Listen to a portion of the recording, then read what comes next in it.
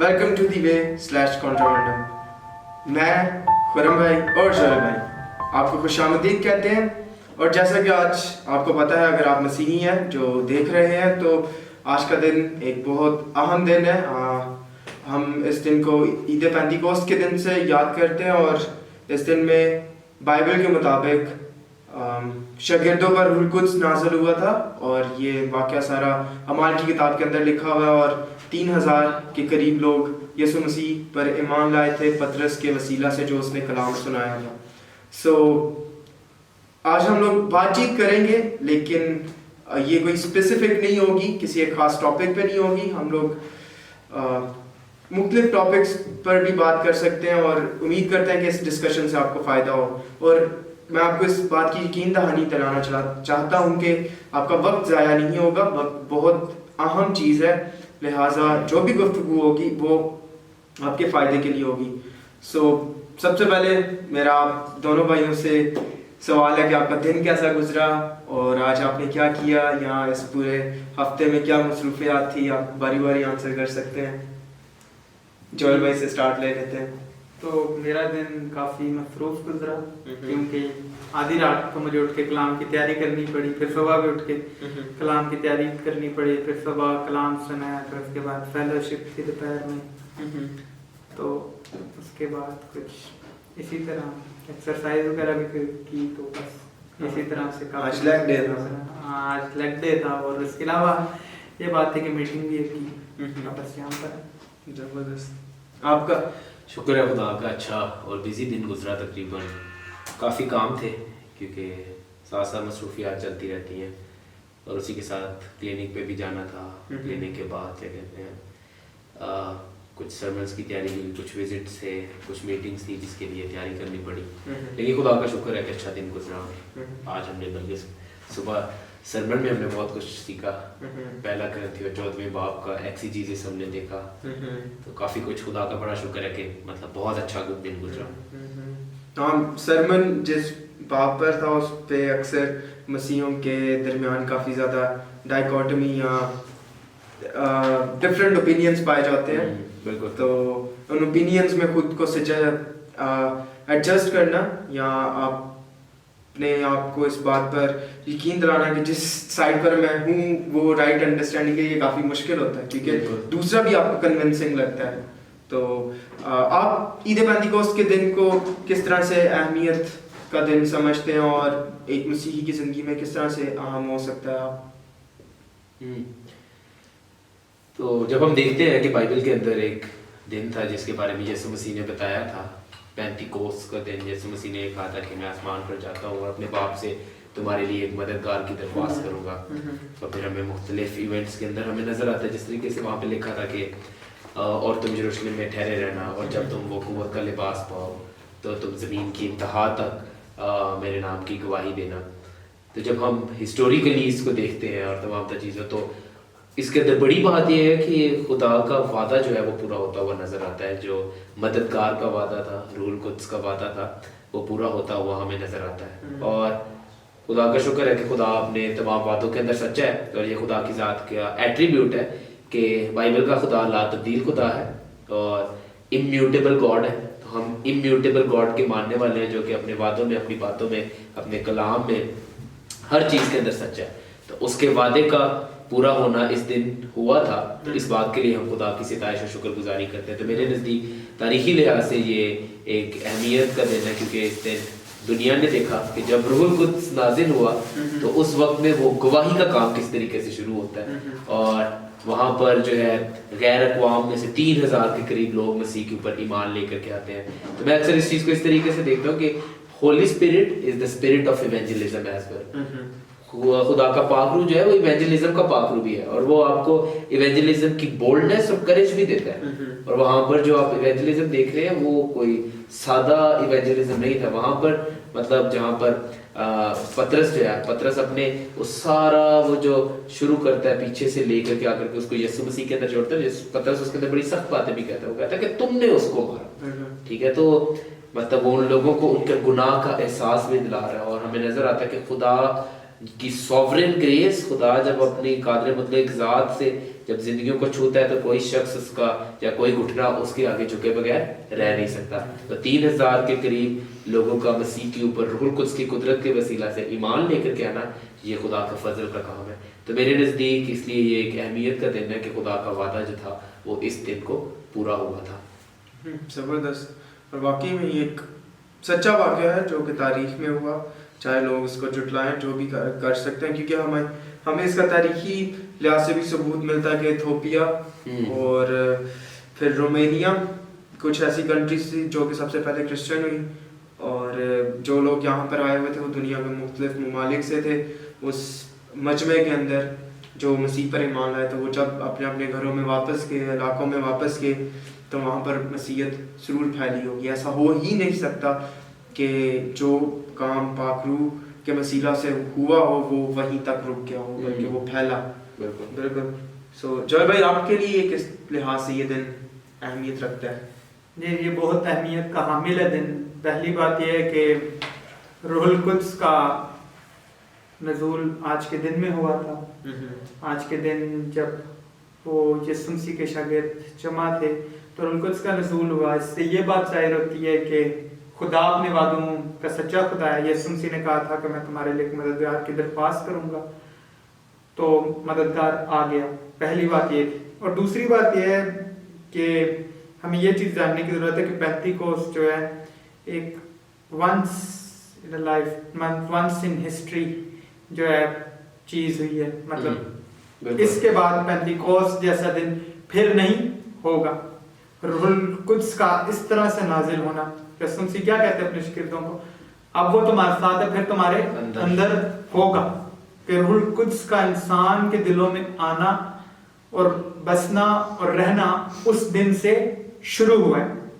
तो ये इस वजह से अहमियत का हामिल है, क्योंकि वो एक ही इवेंट था। जिस तरह मसीह का मुर्दों में से जी उठना तारीख में एक ही बार का इवेंट था, रूहुल कुद्स का नज़ूल इस तरह से कि वो मसीहों में रहेगा, एक दफ़ा का इवेंट है, फिर ऐसा इवेंट नहीं होगा, फिर ये अनरिपीटेबल इवेंट है। ये काफ़ी बड़ी स्टेटमेंट आपने बोली है कि it happen once in a time, ठीक है, और ये दोबारा नहीं होगा। और क्या आप इसमें डिफरेंशिएट कर सकते हैं कि यानी साथ रहने में और आपके अंदर होने में क्या फ़र्क होगा? कि साथ रहना एक इस चीज़ को जाहिर करता है कि वो उनके साथ है, रूहुल कुद्स आता था और रूहुल कुद्स जाता था। मिसाल के तौर पे बहुत बार पुराने ज़माने में भी पता चलता है, हमें इस तरह दिखता है कि उनके ऊपर रूहुल कुद्स नाजिल हुआ और फिर वो चला गया। उनको हिकमत देने के लिए खुदा ने उनके ऊपर रूहुल कुद्स नाजिल किया। वो जो लोग बना रहे थे हैकल को, तो हिकमत उन्हें मिली, उन्होंने हैकल का काम पूरा किया। तो एक खास पर्पस के लिए, बादशाहों के ऊपर बादशाहत के लिए सिर्फ वो नाजिल होता था। शायद वो जब हम देखते हैं उस तेल का उंडेलना, वो इस चीज़ को जाहिर करता है कि खुदा की हुजूरी को जाहिर करता है कि खुदा उनके ऊपर मौजूद है। कि चुना जाना, लदा करना रूहुल कुद्स का काम इस तरह से होता है।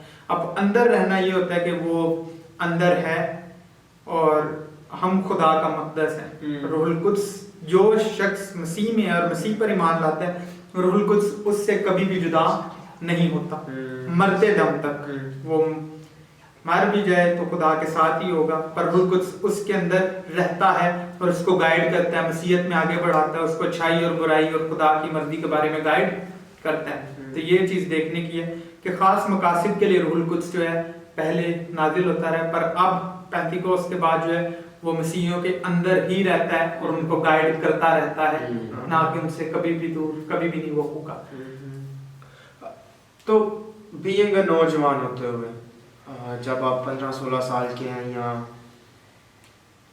30 साल से कम और 15 साल से ऊपर की उम्र के जो नौजवान हैं, बस अगर जब ये वाक़या पढ़ते हैं तो एक बोरियत सी महसूस होती है। यानी ये वाक़या किस तरह से एक मसीही नौजवान के लिए तारीखी लिहाज से, मसीही तारीखी लिहाज से उन्हें किस चीज़ के लिए उभार सकता है? आपको क्या लगता है?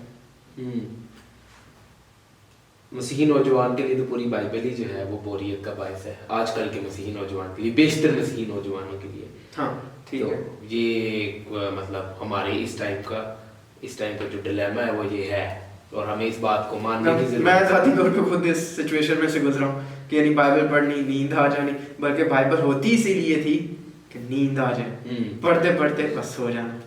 تو لیکن اسی کے ساتھ میں یہ نہیں کہوں گا کہ صرف یہ واقعہ, پوری کی پوری بائبل جو ہے وہ آپ کی زندگی کو اثر و بدل کر کے رکھ دیتی ہے.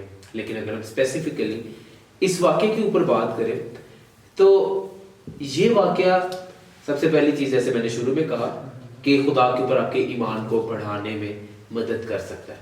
جیسے کہ اگر آپ دیکھیں پوری ہسٹری کو آپ پڑھتے چلے ہیں تو تثلیث کا خدا ہمیں شروع ہی سے نظر آتا ہے. خدا باپ, خدا بیٹا, خدا روح القدس. اور ہمیں نظر آتا ہے کہ خدا نے کسی بھی ایک پوائنٹ پہ انسان کو اکیلا نہیں چھوڑا. اور جب ہم اس کو براڈر اس کے اسپیکٹرم کے اندر دیکھیں تو ہر چیز خدا میں ہے.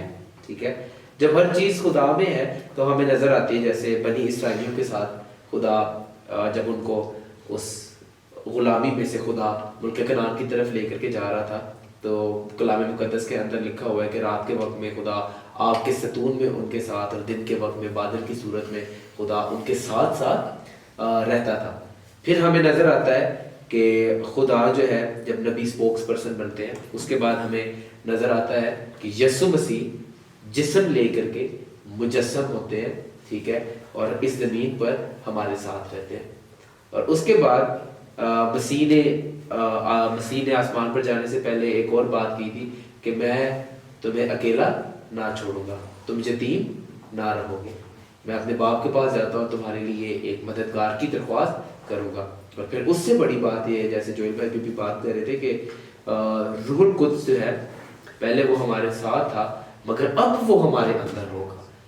اور یہ بات سمجھنے کی ہے کہ براڈر اسپیکٹرم کے اندر کوئی بھی چیز خدا کی ذات سے باہر نہیں ہے, لیکن جب ہم اسپیسیفک نجات کے کانٹیکس میں بات کرتے ہیں تو خدا کا پاک روح ہمارے اندر ہے. اور مقدس پولس رسول کرنتھیوں کے خط کے اندر کلیسیا کو کہتے ہیں کہ تم خدا کا مقدس ہو اور خدا کا روح تم میں بسا ہوا ہے. تو یہ ایک بڑی, میرے لیے یہ بڑی ایک خوبصورت بات ہے کہ وہ وعدے, وہ باتیں کہ خدا نے کبھی بھی اکیلا نہیں چھوڑا, اور روح القدس کا نزول اور پھر روح القدس کا ہمارے اندر رہنا, یہ اس بات کی گواہی ہے کہ خدا کیسے ہمارے ساتھ ساتھ ہے. خدا کی پروویڈنس جو ہے بے شک وہ ہمارے ساتھ ساتھ ہے, اور اس کی پروویڈنس یہ ہے کہ وہ ہمیں گائیڈ کر رہا ہے, وہ ہمیں بتا رہا ہے, وہ ہمیں سکھا رہا ہے, وہ ہمیں سمجھا رہا ہے کہ کس طریقے سے, اور ہمیں سینکٹیفائی, ہمیں تقدیس میں بڑھاتا چلا جا رہا ہے. جیسے کہ ہم دیکھ سکتے ہیں کہ ایک ہوتی ہے پوزیشنل سینکٹیفیکیشن اور ایک ہوتی ہے پروگریسو سینکٹیفیکیشن. خدا کے پاک روح کے ہماری زندگی میں ہونے کا ثبوت ہے کہ خدا ہمیں اس پاکیزگی کے اندر بڑھاتا چلا جا رہا ہے. تو وہ پاک روح نہیں ہے جو آپ کو پاکیزگی میں بڑھا نہیں رہا, تو پاک روح جس انسان کی زندگی میں اس کو پاکیزگی کی طرف بڑھاتا ہے. تو نوجوانوں کے لیے یہ بات جو ہے وہ انکریجنگ کس طریقے سے ہو سکتی ہے, اور اس بات کو وہ بورنگ ان کو کیوں نہیں لگے گی جب وہ پیچھے سے لے کر کے, پیدائش سے لے کر کے اس ایونٹ تک خدا کے وعدوں کو پڑھتے چلے آئیں گے. وہ ایسی رینڈملی اس چیز کو پڑھیں گے تو تب میرا خیال ہے کہ ان کو بورنگ ہی لگے, یا خدا وہ فضل کرے تو ہو سکتا ہے وہی ایونٹ ان کی زندگی کا لائف چینجنگ ایونٹ ہو. تو لیکن بات یہ ہے کہ جب ہم پیچھے سے خدا کے وعدوں کو پڑھتے چلے ہیں, جیسے ہوسیا کے اندر لکھا ہے, خدا کہتا ہے کہ میں نے تمہیں محبت اور رشتوں کی ڈوریوں سے کھینچا, میں نے تمہیں محبت کی رشتوں سے باندھا ہوا ہے. ہوسیا کی تو ہمیں نظر آتا ہے خدا کے احساس. ٹھیک ہے, اور اسی کے اندر جب ہم دیکھتے ہیں کہ روح القدس کا نازل ہونا اور روح القدس کا پھر ہمارے اندر ہونا اور خدا کے وعدے کا پورا ہونا, تو یہ تمام تر چیزیں, اور پوری بائبل جو ہے جب ہم گاڈ سینٹرڈ ویو کے ساتھ اس کو دیکھتے ہیں تو وہ بہت خوبصورت ہے, اور خدا کی ذات سے محبت کرنے کے لیے ہمیں یہ تمام باتیں مجبور کرتی ہیں.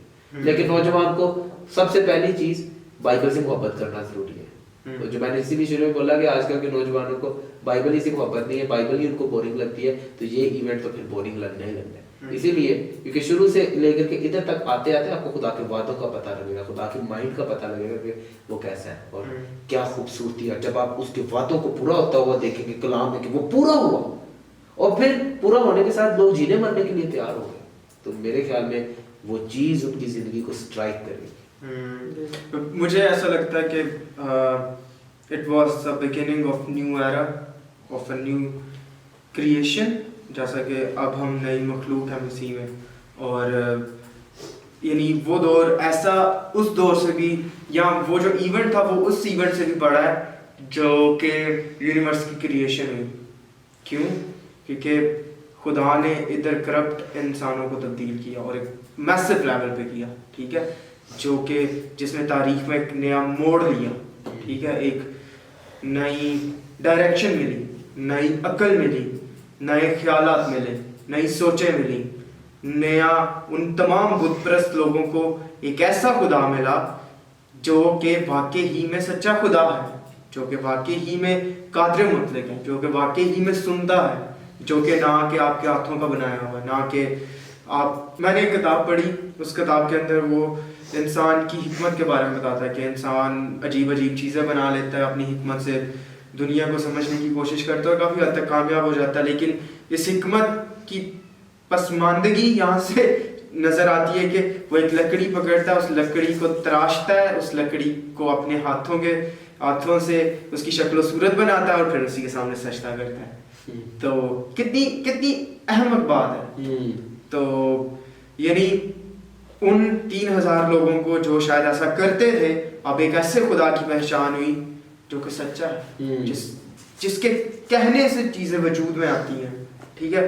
मैं और आप शायद बोल रहे हैं तो ये सिर्फ हवा में फ्रिक्वेंसीज हैं और साउंड्स हैं, ठीक है, लेकिन जब खुदा बोलता है तो वो असर रखता है, वो चीज़ क्रिएट होती है।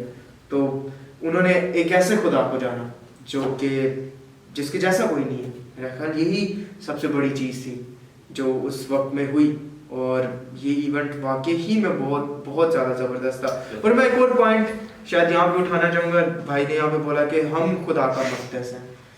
अब आपको पता है मसीह में एक आम सी नोशन है, शायद ही कैथोलिक्स में और ज़्यादा पाई जाती है, प्रोटेस्टेंट्स में भी है, church is the place where God is dwell. Church वो जगह जहाँ पे खुदा रह रहा है। क्या ये नोशन सही है? मुझे तो नहीं लगता ये सही है कलाम के मुताबिक। चर्च बिल्डिंग है, बिल्कुल, चर्च मुकद्दसों की जमात है, ना कि बिल्डिंग है। और मक़दस मैं हूँ, आप है, लेकिन बिल्डिंग नहीं है। लेकिन लोग बिल्डिंग को इस तरह से पूछते हैं जैसे खुदा उधर रह रहा हो। इसके बारे में आपका क्या ख्याल है? आप जी, एक अमाल में, इमाल 15 बाब में वहाँ पे लिखा हुआ है कि जब मजमा लिखा हुआ है ना, मजमा में बात चल रही है, चर्च के बारे में बात चल रही है, औरत के रोल के बारे में बात कर रही है, चल रही है, तो वहाँ पर कलीसिया के लिए जो लफ्ज़ इस्तेमाल किया गया है वो है मजमा। ठीक, पीछे जाकर आप देखें कलीसिया लफ्ज़ इस्तेमाल हुआ है, मतलब बुलाए हुए लोगों की जमात। तो चर्च जो हम कलीसिया लफ्ज़ कहते हैं, कलीसिया क्या है? बुलाए हुए लोगों की जमात। अगर आप यूनानी ज़ुबान में जाकर उसका मतलब देख सकें, तो इसका हरगिज़ मतलब ये नहीं है कि एक चर्च बिल्डिंग हो, आप एक घर में भी हो सकती है जहाँ पर मसीही लोग खुदा के जलाल के लिए मौजूद हैं, और जहाँ पर बाइबल के ज़ाब्ता हयात के मुताबिक काम चल रहा है और उसी तरह एल्डरशिप का सिस्टम चल रहा है जैसे बाइबल में बताया हुआ, तो वो एक कलीसिया बाकायदा है। तो ये चीज़ जाननी है। ये वाला कॉन्सेप्ट, लोग जूतियाँ उतार के जाए चर्च में, चाहे वहाँ पे क्लीन हो या ना हो।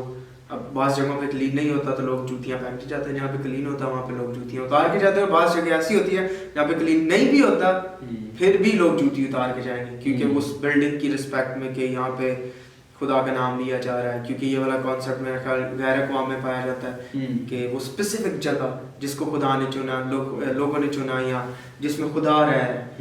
तो उसके तो अपने चर्च में कलीन लगे ना। हाँ वो तो है। उधर आप लोगों को क्यों मना करते कि जूतियाँ उतार के क्यों? ताकि कलीन करता ना हो, बस ये बात है बिल्डिंग। मैं तो ये हरगिज़ नहीं मानता कि खुदा, मेरे नज़दीक यानी बाइबल ये बात कहती है कि खुदा हर जगह हाजिर और नाजिर है, ठीक है, लेकिन उसकी स्पेशल जो मैनिफेस्टेशन होती है वो भी एक खास जगह पे होती है, वो सच बात है। लेकिन जितना खुदा इस बिल्डिंग में मौजूद है उतना ही वो बाहर भी मौजूद है। ऐसा नहीं है कि वो बाहर इतना मौजूद नहीं। आपका क्या कहना है? मेरा आसिफ भाई, मुझे लगता है कॉन्टेक्स्ट को थोड़ा सा इसके अंदर थोड़ा सा इन्वॉल्व कर लेते हैं, थोड़ा सा घेर लेते हैं। अब कल्चरल कॉन्टेक्स्ट हो। अब हमारे इधर ना कल्चरल कॉन्टेक्स्ट है। आप ਤੁਸੀਂ ਕਦੀ ਪਿੰਡਾਂ ਦੇ ਬਾਬਿਆਂ ਨੂੰ ਮਿਲੇ ਹੋ ਜਾਂ ਇਸ ਤਰੀਕੇ, ਤੇ ਅਸੀਂ ਇੱਕ ਵਾਰੀ ਨੇ ਖਾਨਦਾਨ 'ਚ ਵਿਜ਼ਿਟ ਲਈ ਗਏ ਤੇ ਉਹ ਇੱਕ ਆਂਟੀ ਜੀ ਸਾਨੂੰ ਕਹਿੰਦੇ ਨੇ ਕਿ ਅਸੀਂ ਤੇ ਉਸ ਰਾਖ ਨੂੰ ਵੀ ਜਿਹੜੀ ਰਾਖ ਗਿਰਜੇ ਦੀ ਤਰਫ ਨੂੰ ਜਾਣੀ ਹੁੰਦੀ ਹੈ وہ بھی اسی چوک کے اسی اپنے متھیا دے لانے ہاں اتنی رسپیکٹ کرتے ہیں. اب وہ لوگ یہ تو کلچرلی ہمیں اس چیز کو سمجھنے کی ضرورت ہے. اور جب ہم ببلیکلی دیکھتے ہیں کہ یہ کانسیپٹ بیسیکلی لوگ اٹھاتے کہاں سے, اب ہم دیکھتے ہیں پرانے عہد نامے کے اندر خروج کے اندر ہمیں نظر آتا ہے کہ موسیٰ جب اپنی بھیڑیں چرا رہا ہوتا ہے اور جھاڑی کو وہ جلتا ہوا دیکھتا ہے تو اس کے اندر وہ دیکھتا ہے اور خدا موسیٰ کو کہتا ہے تیرے پیروں میں جوتی ہے, اس جوتی کو اتار کیونکہ جس جگہ پہ تو کھڑا ہے یہ جگہ کیا ہے جی پاک ہے. پھر اسی طرح ہمیں نظر آتا ہے کہ جس طرح سے وہ اپنی غلامی میں سے نکل کے چلتے چلے جاتے ہیں, خیمہ اجتماع آتا ہے اور خدا کی حضوری خیمہ اجتماع کے اندر ہوتی ہے اور خدا کی حضوری ان کے ساتھ ساتھ ہوتی ہے. اور خیمہ اجتماع کو وہ بہت اہمیت دیتے ہیں یہودی, اور ہمیں نظر آتا ہے کہ کس نے, کیونکہ خدا کی حضوری فزیکلی جو تھی وہاں پر تھی, اور ہمیں نظر آتا ہے بائبل کے مختلف جگہوں کے اوپر. اور پھر اس کے اندر بھی ڈویژنز بنی ہوتی تھی, جیسے صحن, پھر پاک مقام اور پاک ترین مقام. ٹھیک ہے, پاک مقام تک صرف کاہن جا سکتا ہے, کاہن کے علاوہ کوئی نہیں جا سکتا. اور پاک ترین مقام کے اندر جہاں پر خدا کی حضوری ہوتی تھی, کاہن سال میں ایک مرتبہ لوگوں کے کفارہ کے خون کو لے کر کے اس کے اندر جاتا تھا. تو یہاں سے بیسیکلی یہ کانسیپٹس نکلے ہیں. لیکن جب ہم اس چیز کو سمجھتے ہیں تو ہمیں اس چیز کو سمجھنے کی ضرورت ہے نئے عہد نامہ کے اندر کہ جو کلیسیا ہے, جو میں نے بڑی خوبصورت بات کی تھی کہ بائبل کے اندر, کیونکہ بائبل کو ہمیں اس کی صحیح انٹرپریٹیشن کے ساتھ سمجھنے کی ضرورت ہے. بائبل کے اندر جو لفظ کلیسیا, ٹھیک ہے, اکلیزیا جو لفظ استعمال ہوا ہے, اور انگریزی زبان میں جو چرچ لفظ استعمال ہوا ہے, تو لوگ بلڈنگ کو چرچ کہتے ہیں. بائبل کے اندر جتنی دفعہ بھی لفظ چرچ استعمال ہوا ہے, کسی ایک پوائنٹ پہ لفظ چرچ جو ہے وہ بلڈنگ کے لیے استعمال نہیں ہوا ہے. ٹھیک ہو گیا, جب بلڈنگ کے لیے چرچ استعمال نہیں تو پھر کلیسیا ہے کون ہے, چرچ ہے کیا؟ چرچ جو ہے وہ مقدسوں کی جماعت ہے جن کی زندگیوں کو خدا نے تبدیل کیا ہے, ایمانداروں کی جماعت, ٹھیک ہے, مقدسوں کی جماعت. اور اس جماعت کا کام کیا ہے, وہ قدوس کو ظاہر کرے. قدوس کو کیسے ظاہر کرتے ہیں؟ اپنی پھلدار زندگیوں سے, کلام کے مطابق اپنی زندگیاں گزار کر کے, کلام کی ضابطہ حیات کو اپنا کر کے, اور کلام جو کلچر ہمیں دیتا ہے کلام کے کلچر کو اپنا کر کے. تو میں جب کلچرلی اس چیز کو دیکھتا ہوں تو ہمارے لوگ جب اس کانسیپٹ کو لیتے ہیں تو میں اس میں زیادہ کسی کو غلط اس لیے نہیں کہتا ہوں کہ جوتی اتار کے آنا چاہیے یا نہیں آنا چاہیے, کیونکہ ایک وہ نا عزت دینے کا ان کا طریقہ ہے, ٹھیک ہے, جس طریقے سے وہ عزت دے رہے ہیں. لیکن ہاں فرق نہیں پڑتا ہے, جو کھل کے اگر میں بات کروں فرق نہیں پڑتا ہے. اب میں آپ کو سچ اس کے اندر ایک میں چھوٹی سی مثال دیتا ہوں. ایک ہو جاتی ہے کچی پینسل اور پکی پینسل. کچی پینسل سے جو چیز لکھی جاتی ہے نا اس کو آپ مٹا سکتے ہو, لیکن پکی پینسل سے جو چیز لکھ دی گئی ہے نا وہ چیز مٹ نہیں سکتی. تو ہمارے بزرگ جو ہیں, ٹھیک ہے, جب آپ بزرگوں کے ساتھ بات کریں گے تو وہ آج بھی اسی کانسیپٹ کو لے کر کے فالو کرتے آ رہے ہیں. تو جب آپ ان کے ساتھ اس طریقے سے بات کریں گے نا کہ یہ ایسے ہے ویسے, آپ ان کو دیں گے کہ یہ, وہ نہیں مانیں گے, وہ نہیں سمجھیں گے اس چیز کو, وہ انڈرسٹینڈ نہیں کریں گے اس چیز کو. وہ کہیں گے نہیں جی سانو سکھایا ہی آ گیا, ہمیں پتہ ہی ہے. اور ایون کہ ہو سکتا ہے انہوں نے بائبل پڑھی بھی نہ ہو, بس ان کو پتہ ہے کہ ہاں وہ کرسچن ہے, یہ ان کا عزت دینے کا طریقہ ہے. تو میں اس وجہ سے کہ میں کھو نہ دوں کسی کو اور کل کو وہ میری بات کو ہی نہ سنے, تو ان ایشوز کے اوپر میں اس طریقے سے بات نہیں کرتا ہوں. میں ڈائریکٹ اپنے مین فوکس پہ رہتا ہوں, نجات کے اوپر, انسان کے گناہ گار ہونے کے اوپر. تو یہ میرا ذاتی طور پر ایک چھوٹا سا تجزیہ, میں اس چیز کو اس طریقے سے ٹیکل کرتا ہوں. ہاں, یسوع مسیح نے بھی کہا تھا کہ پوشیدگی میں جا کے دعا کرو, نہ کہ اس نے کہا کہ ہیکل میں جا کے دعا کرو. بے شک ہیکل میں جا کر یہودی دعا کرتے تھے, لیکن مسیح نے اسپیسیفکلی اور انٹینشنلی بولا کہ ایسی جگہ پہ جا کے دعا کرو جہاں پر تمہیں کوئی نہیں دیکھتا. اور سم ٹائم زندگی میں ایسا فیل ہوتا ہے یا ایسا خیال آتا ہے کہ یار چرچ میں جا کے دعا کرنا kind of will give me more closeness to God, جبکہ بائبل ایسا کانسیپٹ نہیں دیتی ہمیں شاید. تو بے شک جوئل بھائی کے ویوز اس پہ میرا خیال ہے لے لیتے ہیں, کیا سوچتے ہیں آپ کا کیا خیال ہے؟ یہ میرا بھی وہی خیال ہے جو کرم بھائی کا خیال ہے. مین چیز یہ ہے کہ اصل میں لوگ جب اس چیز کو لیتے ہیں تو ان کو اتنی آگے تک نہیں لے کر جانا چاہیے کہ یہ بندہ جو نئی جوتی پہن کے جا رہا वो उसको क्या कहते हैं, बोलते हैं जी कि ये बंदा कोई बहुत ही कोई मसीहत से बाहर है, कोई बहुत ही पिछड़ा हुआ, कम रूहानी है, वो कुछ समझता नहीं है कि बस जूती पहन लें या फिर ना पहन लें तो ये क्या कहते हैं कोई बड़ी बात नहीं है। जो जूती पहन के जाने वाला बंदा वो उसके ख्याल होता है कि जूती ना पहनने वाले के बारे में, और जो जूती पहनने वाला बंदा होता है उसके बारे में ख्याल होता है जो नहीं जूती पहनता तो यार ये तो बस बेगुरबती कर रहा है, एवं ही जाई जाता है। बहुत से लोग इस तरह कहते हो, किसी चर्च में लोग जूती पहन के जा रहे हैं, उस चर्च से लोग की जूती पा के जाते हैं, ऐसा भी मैंने सुना। तो ये बहुत आगे तक लेकर जाने वाली बात है कि इन सब चीज़ों को, ये बहुत छोटी बात है कि कोई जूती पहन रहा है या फिर नहीं पहन रहा, इस बात को समझने की ज़रूरत है। बेशक इबादत के लिए एक जगह ठहराई हुई है, अलहदा की गई है, पर बाइबल में आपको हुक्म नहीं मिलता और तो जूती उतार के इबादत में जाना, ऐसा कहीं पे नहीं लिखा हुआ। चूंकि ऐसा नहीं लिखा हुआ, हुक्म नहीं है, तो आज़ादी है हर इंसान के लिए कि वो किस तरह से खुदा की हज़ूरी में जाना चाहता है। पर किसी इंसान को ये नहीं समझना चाहिए कि चूंकि मैं जूती उतार के चर्च में जा रहा हूँ मैं खुदा के ज्यादा करीब हूँ। वो तो क्या कहते हैं, ये सोच जो है ना, ये सोच बहुत खतरनाक सोच है कि जूती पहन के जाना, कुछ जूती ना पहन के जाना, और भी बहुत से, ये वही सोच है जो जिसकी मिसाल यीशु ने वो उस शायद फरीसी की थी कि मैं तो हफ्ते में हिदायत की भी देता हूँ, दुआ भी करता हूँ, तो ये ख्याल मेरे ख्याल उन्हीं ख्यालात के बराबर आगे खड़ा हो जाता है। बिल्कुल इसी तरह ऊंची दुआ करना, मैं ऊंची दुआ कर रहा हूँ, मैं जूती उतार के जा रहा हूँ, तो मैंने गीतों पे शायद मैं ताली भी, हर गीत पे मैंने ताली बजाई और ऊंची ताली बजाई, तो शायद मैं जो हूँ खुदा के ज्यादा करीब हूँ बाकी सबसे।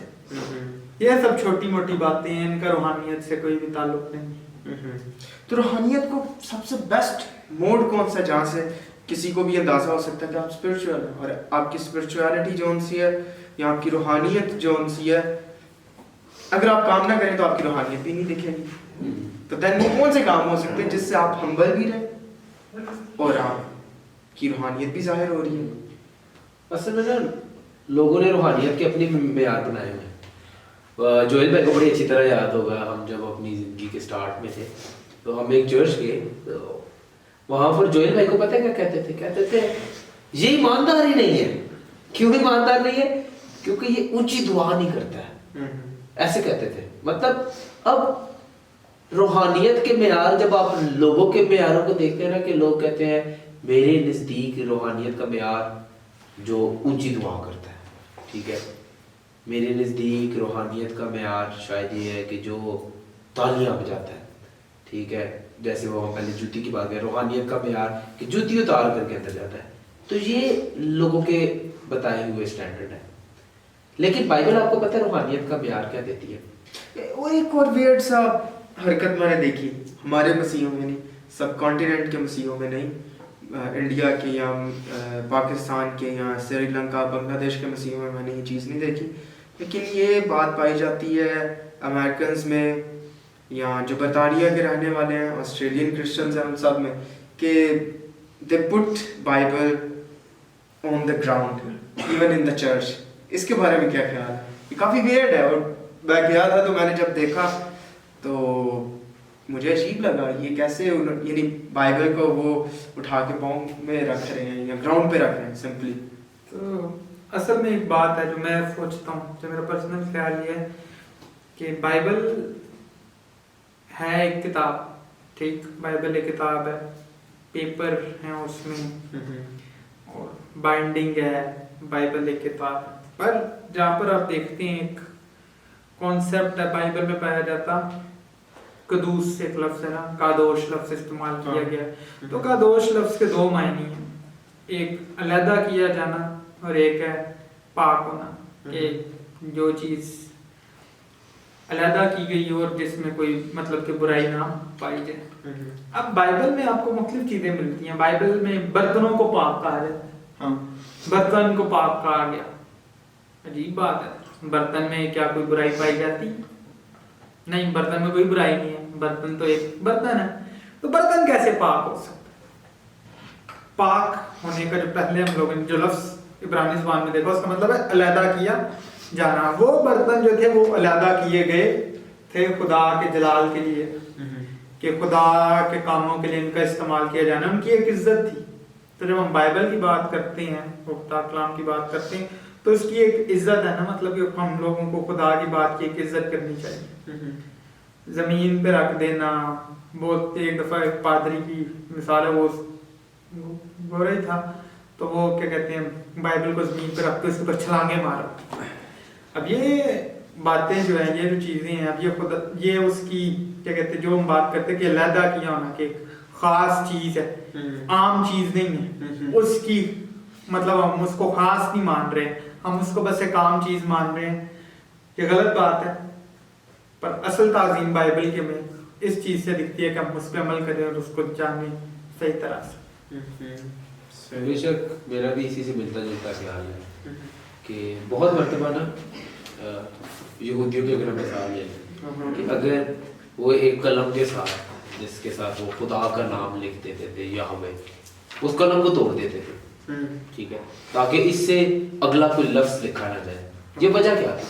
یہ ان کا طریقہ کار تھا کہ رسپیکٹ دینے کا, اور ان کی زندگیوں کے اندر خدا کا ڈر اور خدا کا خوف تھا. بے شک گناہگار انسان ہی اس قلم کے ساتھ لکھ رہا ہے, ٹھیک ہے, لیکن اس قلم کو بھی کیا کرتے تھے؟ توڑ دیتے تھے. تو میں میرے نزدیک اگر کوئی ایسی حرکت کرے شاید میں تو غصے سے بھر جاؤں, جو سچ بات ہے, کیونکہ ایک ایسٹرن مائنڈ سیٹ ہمارا جو ہوتا ہے, اور یہ سچ بات ہے. اور ایک اور بھی بات ہے کہ یہ نئی چیز ہے نا, یہ اب نئی چیز ہے, آپ کو یہ تاریخ میں اس قسم کی چیزیں باتیں نہیں ملتی, یہ نئی باتیں.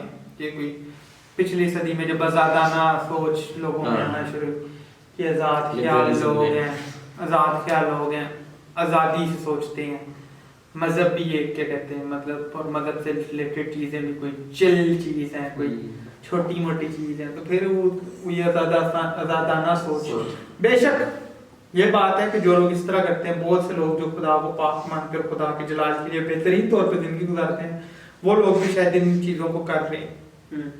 پر مین چیز یہ ہے کہ آپ بائبل کو اوپر رکھیں یا پھر زمین پہ رکھیں, یہ بے شک ہے ایک چیز, پر مین چیز یہ ہے کہ بائبل پہ کتنا عمل کیا جا رہا ہے. پر آزادانہ سوچ جو ہے, آزادانہ سوچ جو ہے وہ لوگوں میں آ جاتی ہے, اور جو کہ بہت حد تک جو ہے کہ صحیح, کبھی صحیح بھی ہو سکتی ہے, کبھی غلط بھی ہو سکتی ہے. پر مین چیز یہ کہ آزادانہ سوچ کی ہی وجہ سے ایسی چیزیں ہوتی ہیں. اس کے ریلیٹڈ مجھے ایک واقعہ یاد آ گیا. تو میں اسلام آباد میں رہا کرتا تھا کچھ عرصے کے لیے, تو کہ اپنے رشتہ داروں کے گھر میں ہی رہ رہا تھا, تو میں بائبل پڑھتا اور ساتھ ہی کبٹ تھی جو کہ میرے پاؤں کی طرف تھی. کبٹ تھوڑی اونچی تھی, تو میں بائبل کو اس کے ڈراور میں رکھ دیتا تھا پڑھنے کے بعد. تو ایک دن جو گھر میں بھائی رہتے تھے, تو انہوں نے مجھ سے سوال کیا, کہتے ہیں آپ بائبل بہت پڑھتے ہو لیکن عزت نہیں کرتے آپ بائبل کی. میں نے کہا کیا مطلب؟ کہ آپ پڑھتے ہو اور اپنے پاؤں کی طرف رکھ دیتے ہو, عزت تو نظر نہیں آتی مجھے. اب میں نے ان کے ساتھ کافی بحث کی. میں نے کہا بھائی میٹر یہ نہیں کر رہا کہ میں نے اسے کس طرف رکھا ہے, میں نے اسے رکھا ہے ایک اچھی جگہ پہ رکھا ہے جو کہ سیف ہے, محفوظ ہے, صاف ہے, ٹھیک ہے. اب میرے پاؤں کی طرف آ رہی ہے یا میرے سر کی طرف ہے, اٹ ڈزنٹ میٹر. اور بائبل اسے گناہ بھی نہیں کہتی, ٹھیک ہے. اور بعض اوقات میں نے یہ سوال انہیں کو اٹھاتے دیکھا ہے جو کہ بائبل نہیں پڑھتے, جن کی زندگیاں نہیں تبدیل ہوئی ہوتی, وہ بس پوائنٹ آؤٹ کرنے کے لیے یا خود کو دکھانے کے لیے کہ ہم بھی پرواہ کرتے ہیں, ٹھیک ہے. اب میں اگر اس بھائی کی زندگی بتاؤں تو کافی یعنی میزریبل تھی, لیکن پھر بھی اس نے مجھ سے یہ سوال کیا, حالانکہ اسے پتا تھا کہ میری زندگی کیسی ہے. تو روحانی دکھنے کے لیے ہم ایسے سوال کرنا شروع کر دیتے ہیں, روحانیت دکھانے کے لیے ہم لوگ ایسے سوال کرنا شروع کر دیتے ہیں, مجھے ایسا لگتا ہے, جو کہ waste of time, waste of mind, ٹھیک ہے, اور الفاظوں کا وہ ضیاع, کچھ فائدہ نہیں. تو جو اگر میرا آخری سوال یہ ہے کہ آپ ایسے کون سے کام ہیں جو کریں اور جو کہ مغروری کا سبب نہ ہو بلکہ اگلے کے لیے بھی اچھائی کا سبب بنے, اور آپ کے وہ اچھے کام آپ کی مغروری کا سبب نہ ہو. جیسے کہ وہ فریسی دعا تو کر رہا تھا جا کے خدا کے سامنے, لیکن اپنے اچھے کاموں کو گنوا رہا تھا. تو اصل میں کام جو ہے انسان جس نیت سے کرتا ہے وہ बहुत मायने रखती है। अब इंसान को अपने दिल को जांचना चाहिए कि मैं किस नीयत से काम करता हूँ। हर कुछ वक्त बाद, हर रोज, तकरीबन हर रोज इंसान को सोचना चाहिए कि मैं आज जो भी अच्छा काम करने जा रहा हूँ, जो मैंने पिछले दिनों में काम किए, किस नीयत से काम किए थे, तो वो बहुत जरूरी है। बंदा बहुत दफा शायद लोगों के पाँव भी धो देता है और बहुत क्या कहते हैं, बहुत लोगों की खिदमत कर देता है। हमने फिर आखिर वेखे मैं कितनी खिदमत की थी लोगों का, मैं कितना लीमा, कितना मैं हलीमी का मुजाहरा कर रहा हूँ, आखिर में ये बात निकलती है। तो इंसान को दिल में सोचना चाहिए कि ख्वाहिश, अपने दिल की ख्वाहिश को जानना चाहिए कि मैं किस ख्वाहिश से, क्या चाहते हुए लोगों के साथ बात करता हूँ और क्या मेरा मकसद क्या है पीछे, ये बहुत ज़रूरी है। तो इसी से इंसान जो है, फिर इंसान को इस चीज़ को जानना चाहिए कि जो इंसान का रवैया कमरे बंद कमरे में अकेले रहते हुए होता है, वो बहुत मायने रखता है। जब कोई नहीं देख रहा, उससे इंसान को अपना पता चलता है कि मैं कहाँ पर। ज़बरदस्त। खुरम भाई, आपका क्या कहना है इसके बारे में? यार मुझे ज़ाती तौर पर लगता है कि बहुत मर्तबा हमारी ज़िंदगी के अंदर ना एक वो प्रिटेंड करने वाला चीज़ होती है, वो हमारी ज़िंदगी के अंदर बड़ा होता है, जिसके अंदर शायद दूसरों को दिखाने के लिए मैं बड़ा रास्तबाज और बड़ा नेक होता हूँ, या दूसरों को दिखाने के लिए, यीशु मसीह ने भी कहा कि तुम्हारी रास्तबाजी का एक फ़कीर और फरीसियों की रास्तबाजी से बड़ा होना ज़रूरी है। ठीक है, तो उसके अंदर वो कहना क्या चाह रहे थे, क्योंकि फ़कीर फरीसी जो काम करते थे वो दिखाने के लिए करते थे, और फिर बहुत मर्तबा बहुत सारे लोगों के अंदर वो सेल्फ राइचसनेस का फैक्टर जो होता है वो बड़ा ज़्यादा होता है। सेल्फ राइचसनेस के फैक्टर के बाद शायद जो सरमन में आज बात हो रही थी, भाई ने एक बात की कि शायद चर्च के अंदर तो मैं तौबा करता हूँ, बाहर जाकर के लोग मेरे को तौबा करने देते हैं। ठीक है, तो बड़ी मर्तबा ना ये वाली चीज़ें हमारी, ये क्योंकि रियलिटी है, ये हमारा मुआशरा है, ये हमारा कल्चर है, और इसके अंदर हम ये सब कुछ देखते हैं। ठीक है, फिर उसी के साथ हम इन सब चीज़ों के साथ डील करते हैं कि हमारी रास्तबाजी के काम जो होते हैं वो सिर्फ दूसरों को दिखाने के लिए, और किसी ना किसी बैक एंड पे हमारे ज़हन के अंदर ये सोचे आज मैं ये नाल कीता, कल मैं मेरे नाल भी करेगा। बाइबल हमें बड़े सादा असूल बताती है।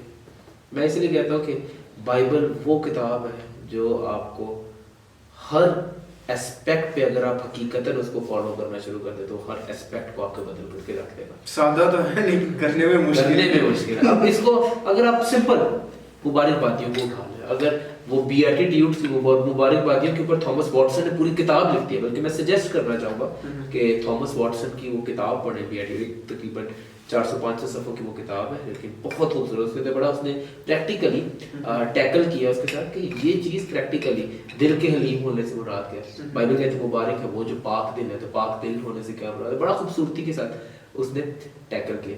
तो बाइबल के असूल बड़े साथ हैं। बाइबल ने आपको पता है बड़ा मुश्किल टास्क आपके लिए छोड़ा है, पता है वो क्या टास्क है? मत्ती की इंजील के अंदर लिखा हुआ है, बस चाहिए ये कि तुम भी कामिल बनो जैसा कि तुम्हारा आसमानी बाप कामिल है। मसीह यीशु ने कहा जो कि मेरे पीछे आना चाहे वो अपनी खुदी का इनकार करे और अपनी सलीब उठाए। ठीक है, पतरस के उसके अंदर चले जाए तो पतरस आपको पता है कहता है, पतरस कहता है मसीह ने दुख उठा उठा करके हमें एक ऐसा नमूना दिया कि हम उसके नक्शे कदम पर चलें। पौलुस रसूल कहता है वैसे ही मिजाज रखो जैसा कि मसीह यीशु का भी था। हकीकी रूहानियत जो है वो बाइबल और डिलीजेंटली बाइबल को फॉलो करने के बगैर आपकी जिंदगी के अंदर कभी भी नहीं आ सकती। तो जब आप बाइबल पढ़ेंगे, बाइबल को समझेंगे, तो फिर आपके रास्तबाजी के काम दुनिया और लोगों को दिखाने के लिए नहीं होंगे, वो इस गर्ज और इस सोच और इस नीयत से होंगे कि खुदा आपको इसके जरिए से कैसे जलाल मिले। ज़बरदस्त, और शुक्रिया आप दोनों के टाइम के लिए, और मैं उम्मीद रखता हूँ कि आपको इस वीडियो से फ़ायदा हो, इस तमाम बातचीत से। और अगर आपको ये पसंद आया तो इसको लाइक कीजिए, और अगर आपको इससे बहुत ही ज़्यादा फ़ायदा मिला तो इसको ज़रूर सब्सक्राइब भी कीजिए, शेयर कीजिए, और ज़्यादा से ज़्यादा इसको दूसरे मसीही बहन भाइयों तक पहुँचाएँ ताकि हम बेहतर अंडरस्टैंडिंग के साथ अपनी मसीही ज़िंदगी को गुजार सकें और मुआशरे में एक इम्पैक्टफुल मसीही ज़िंदगी का असर छोड़ सकें। शुक्रिया, खुदा हाफिज़।